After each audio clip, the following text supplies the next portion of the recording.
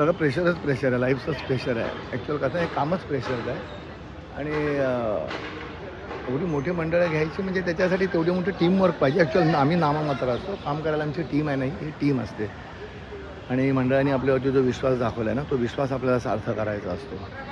तर त्याच्यासाठी उगाच 1.5 महिने आधीपासून हे काम चालू नाही ना, कारण 3-3 एवढे मोठे गणपती आहेत. शिवडीचा राजा त्यांचा अमृत महोत्सवी वर्ष आहे. गणेश गल्ली म्हणजे पुढच्या वर्षी शताब्दी वर्ष आहे.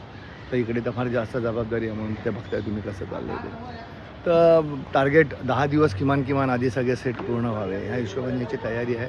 इथे जो मला वाटतं आता इथे 6 वाजले म्हणून सुट्टी झाली नाही, तर इथे जो मला वाटतं 100-1 माणसं आहेत.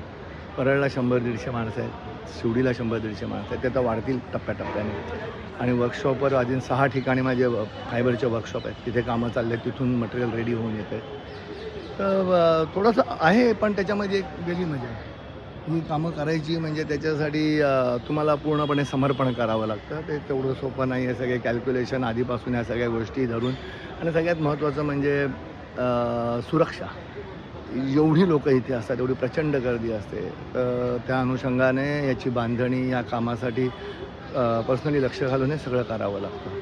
आणि खरंच बघायला गेलं तर हा आनंद आहे की आपल्याला हे काम करायला मिळतं, आणि माझी हॉबी असल्यामुळे ह्याच्यामध्ये मी जगू शकतो. आता आयुष्य ह्याच्यात काढलं आहे.